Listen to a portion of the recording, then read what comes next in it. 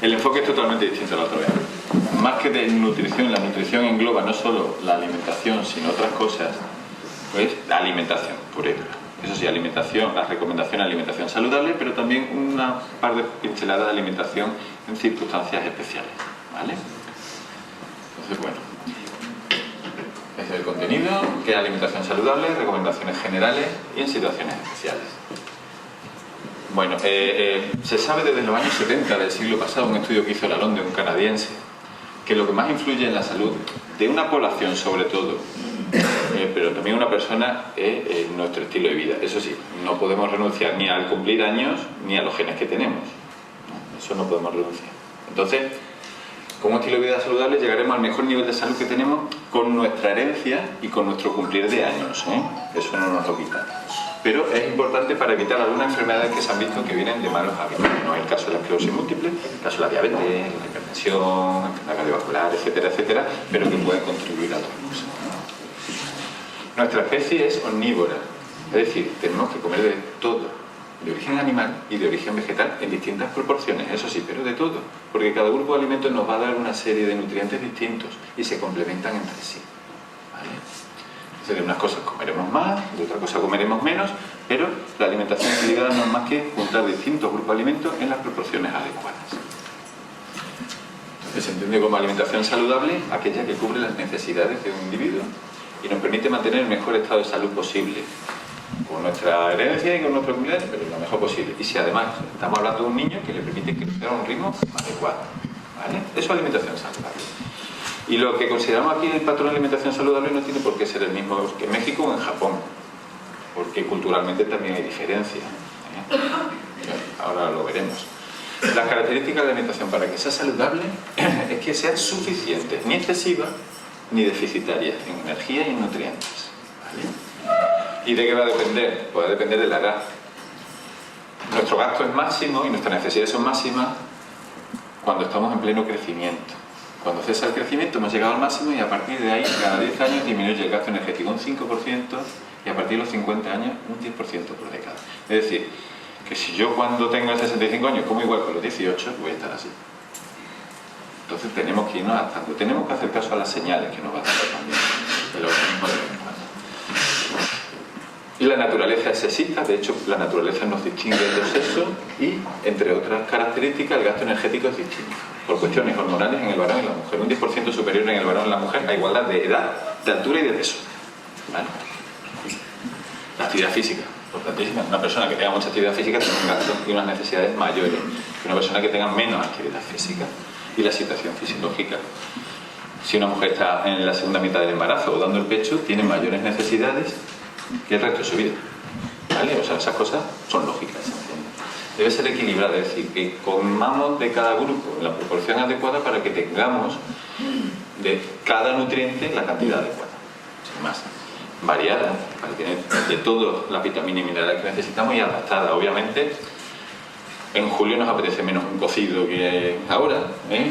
Por ejemplo, y también las cuestiones culturales, etcétera, hay que tenerlas. Los nutrientes, cuando hablamos de nutrientes, que son componentes de los alimentos que son de utilidad para el organismo, ¿vale? Los macronutrientes son las proteínas, los hidratos de carbono y las grasas. Los hidratos de carbono y las grasas nos dan energía, las proteínas tienen una función mucho más noble. No la usamos para obtener energía normalmente, sino para renovar las estructuras de los tejidos, para producir hormonas, para producir las sustancias que hacen la digestión, para producir las sustancias de defensa. O sea, tienen unas funciones mucho más nobles que simplemente darnos energía, ¿eh? Y luego los micronutrientes o no energéticos, pues tienen más vitaminas, minerales. Los minerales que necesitamos en poquita proporción se conocen como oligoelementos y la fibra. Bien, esas son las herramientas. Bueno, ¿qué cantidad de energía necesitamos al día? Pues variando según las circunstancias que os he comentado. Y la base de nuestra alimentación, bueno, no funciona puntero, deben ser los hidratos de carbono. Más de la mitad de las calorías que comemos a base de hidratos de carbono. Pero hidratos de carbono de absorción lenta. Legumbres, tubérculos, verduras, hortalizas, ¿vale? No azúcares, ¿eh? Azúcares no son tan buenos. Las grasas deben suponer más o menos un tercio de nuestro aporte de energía aquí, en España, que la principal fuente de grasa debe ser el aceite de oliva. Si estuviéramos hablando en Holanda, por ejemplo, la principal fuente de grasa es la mantequilla, lo reduciríamos, el aporte de grasa, ¿vale? No es igual de saludable. Bueno, pasamos ya por como hay 15 minutos tengo que ir un poquito así para que luego mis compañeros no me riñan, porque claro, empiezan más tarde. Las recomendaciones dietéticas se le transmite a la población de distintas maneras. ¿Conocéis, por ejemplo? Bueno, la rueda de alimento ahora la veremos. El objetivo es que en la población la persona normal sepa cómo debe comer para obtener el máximo nivel de salud posible, ¿vale? Otra cosa son las apetencias ya de cada uno de nosotros, pero de eso no vamos, ¿no? Y tenemos que estructurar nuestra alimentación al menos en 4 comidas diarias, al menos. Comidas principales: el desayuno, comida, la merienda de media tarde también debe ser una comida principal, y la cena. Y los niños además, y se aconseja también una media mañana. Otra cosa es a lo largo de cuántas horas y tal, que eso está ahora en debate para el tema de control de peso. Durante cuántas horas al día debemos repartir las comidas y cuántas horas de ayuno. Pero bueno, no vamos a entrar en eso.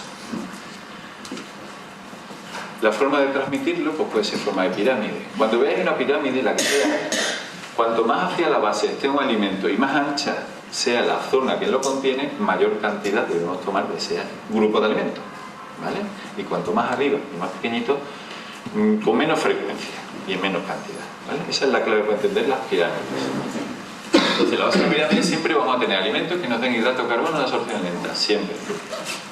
Como veis ahí, derivados de cereales en general es la base de nuestra alimentación. Y en concreto en nuestra zona es el trigo, ¿vale? Porque en América es el maíz y en Asia es el arroz, pero aquí la base de la alimentación es el trigo y de ahí vienen los problemas para los celíacos. Otra forma es en rueda. Esta rueda es muy antigua.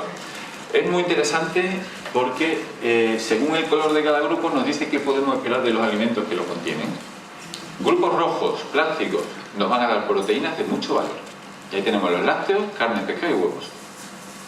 Verde, pues nos van a dar micronutrientes, es decir, nos van a dar vitaminas, minerales, fibra, nos van a dar muy pocas calorías, ¿vale? Tenemos frutas, verduras y hortalizas, y sabéis, desde hace mucho tiempo el Ministerio recomienda 5 raciones al día entre los dos grupos, ¿vale? Como para tener una alimentación adecuada.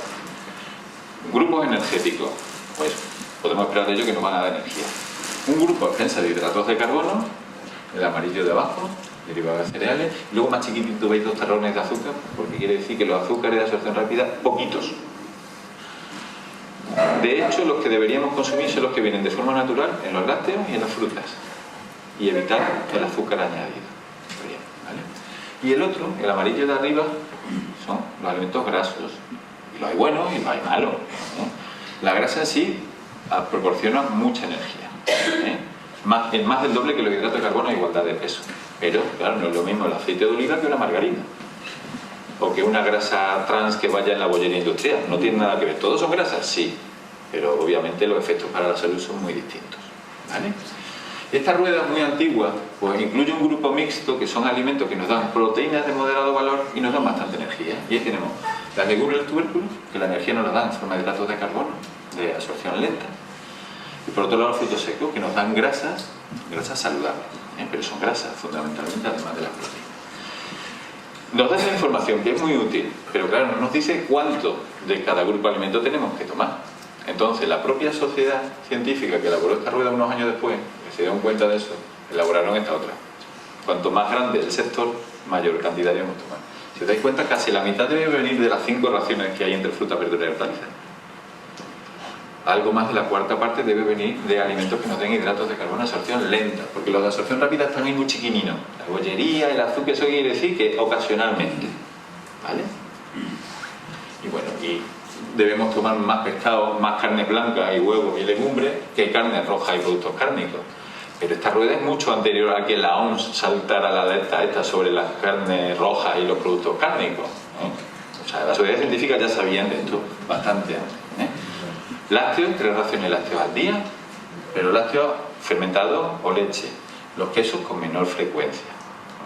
Pueden ser de interés en algunas circunstancias si queremos aportar mucho calcio en poco volumen, energía, pero bueno, estamos hablando de alimentación saludable para la población, ¿vale? Y aquí además identifican dentro de los alimentos grasos el aceite de oliva más grande que los demás, y en el centro nos recuerdan que la hidratación es muy, muy importante, y la actividad física que podamos realizar también, ¿eh? Cuando venía para acá venía hablando en la radio de qué manera la actividad física influye y modifica el ADN. Bueno, el ADN como tal no, pero sí que añade unas moléculas para que los genes beneficiosos funcionen mejor. Pues lo mismo pasa con la alimentación saludable. Nos activa los genes beneficiosos y nos duerme los genes perjudiciales.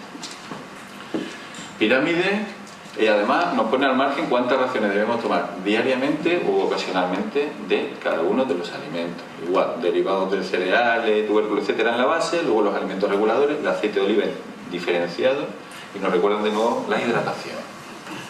Hoy muy mal de tiempo. Esta está enfocada sobre todo a los niños. Gusta mucho, además, bueno, la dan para construirla con ello porque es tridimensional, y la traigo porque solo una de las caras nos habla de alimentación saludable, otra cara nos dice cómo distribuir los alimentos a lo largo del día para que sea saludable, y luego nos hablan además de higiene. La higiene no solo es limpieza, la higiene es higiene del sueño, por ejemplo, Entonces esas cosas son muy importantes, ya digo, sobre todo para los niños, pero que no solo es alimentación saludable, hay más cosas que nos pueden ayudar a estar en la mejor situación de salud posible según nuestras circunstancias. Otra forma de explicarlo de los últimos años, esto de Harvard, traducido al español, el método del plato. Esto lo veníamos usando ya con los diabéticos, es lo que se hace ahora ya para la población general.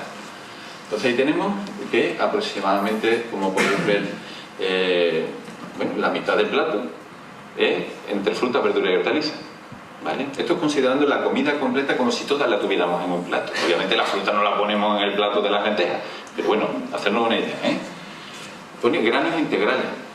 Hay en granos integrales, pues derivados de cereales, y se aconseja ese integral porque en la corteza de los cereales van más vitaminas y van más minerales. Además, es muy difícil llegar a cumplir las recomendaciones de fibra si no tomamos los derivados cereales integrales. Muy difícil, a pesar de tomar una cantidad de fruta y verdura suficiente.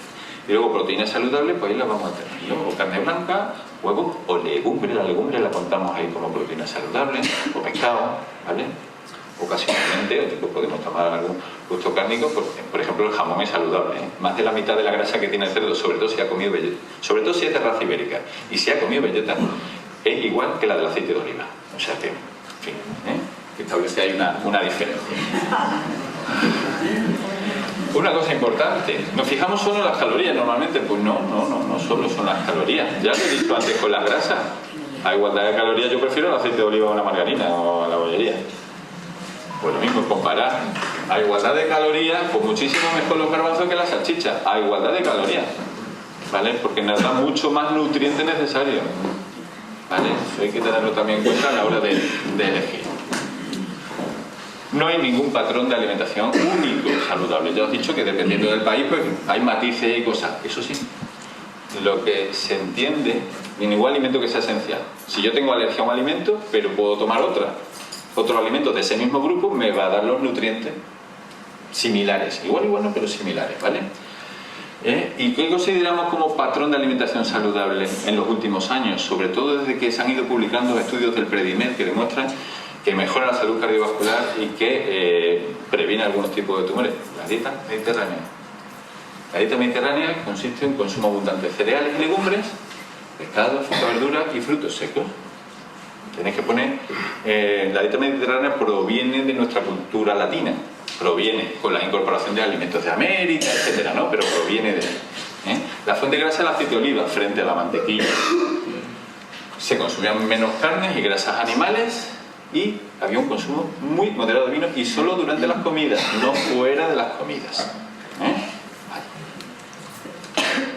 Esa es la dieta mediterránea. El trigo como fuente de hidratos de carbono suculenta, aceite de oliva como fuente de grasa, y la peculiaridad de que sea acompañada con algo de vino en la comida, un poquito. Eso, la foto de arriba es el foro imperial en Roma, y tiene un olivo, ¿vale?